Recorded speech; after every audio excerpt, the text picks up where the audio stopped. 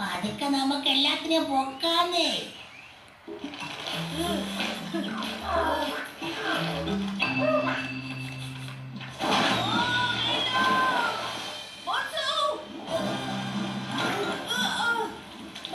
ഇങ്ങനെയൊക്കെയാണെങ്കിൽ നീ എന്റെ കൂടെ വരണ്ട കേട്ടോ.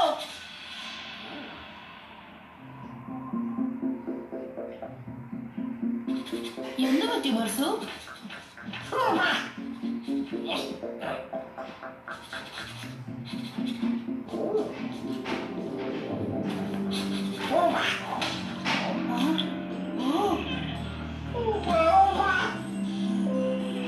അത് ഉറക്കത്തിലാണ്.